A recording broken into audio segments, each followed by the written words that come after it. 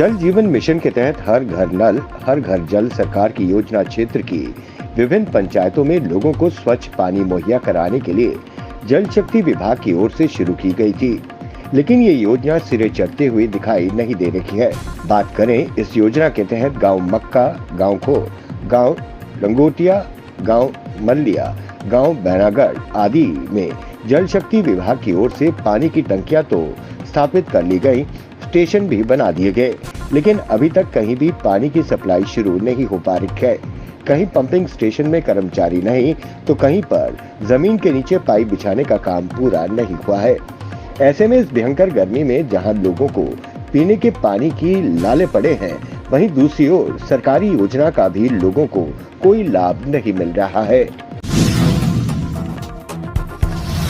जम्मू संभाग में हाल ही में हुए आतंकी हमलों के बावजूद माता वैष्णो देवी की यात्रा में किसी भी प्रकार की कमी नहीं आई है और माता वैष्णो देवी की यात्रा पूरे परवान पर है। श्रद्धालु आतंकवाद को ठेंगा दिखाते हुए आस्था की सीढ़ियों पर सवार होकर निरंतर अपनी माता वैष्णो देवी की यात्रा में किसी भी प्रकार की कमी नहीं आने दे रहे हैं। मां वैष्णो देवी की यात्रा को लेकर श्रद्धालुओं के उत्साह का अंदाजा इस बात से लगाया जा सकता है कि जारी 8 दिनों के भीतर 3,25,000 से ज्यादा श्रद्धालु माता वैष्णो देवी के दर्शन कर चुके हैं। जम्मू के साथ लगते जिला सांबा की तहसील रामगढ़ के गांव स्वाखा में कल से 7 दिवसीय बाबा सिद्दी गोरिया मेले का शुभारंभ हो गया। मेले में शामिल होने के लिए देश भर से श्रद्धालुओं का पहुंचना शुरू हो चुका है। खासकर उत्तर भारत के बड़ी संख्या में बाबा के भक्त इस मेले में शिरकत करते हैं। बाबा सिद्ध गोरिया मेले को लेकर जिला प्रशासन और मेला प्रबंधक कमेटी की तरफ से सभी तैयारियां पूरी की गई थी। सुरक्षा के कड़े इंतजाम किए गए हैं। हजारों श्रद्धालु बाबा के तालाब में आस्था की डुबकी लगाकर बाबा को माथा टेक आशीर्वाद प्राप्त कर रहे हैं। केंद्रीय गृह मंत्री अमित शाह ने सुरक्षा एजेंसी को कश्मीर की तरह ही जम्मू संभाग में क्षेत्र प्रभुत्व और शून्य आतंकवाद योजनाओं को लागू करने का निर्देश दिया है। उन्होंने कहा कि नरेंद्र मोदी सरकार नए तरीके से जम्मू कश्मीर में आतंकवादियों पर नकेल कसकर एक उदाहरण स्थापित करने के लिए प्रतिबद्ध है।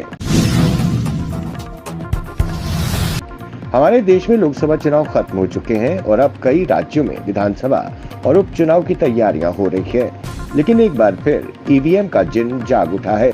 कांग्रेस नेता राहुल गांधी ने कहा कि ईवीएम एक ब्लैक बॉक्स की तरह है जिसकी जांच करने की अनुमति किसी को भी नहीं है, और राहुल गांधी ने इस बात पर जोर देते हुए कहा कि हमारे देश की चुनावी प्रक्रिया की पारदर्शिता पर गंभीर सवाल खड़े हो रहे हैं।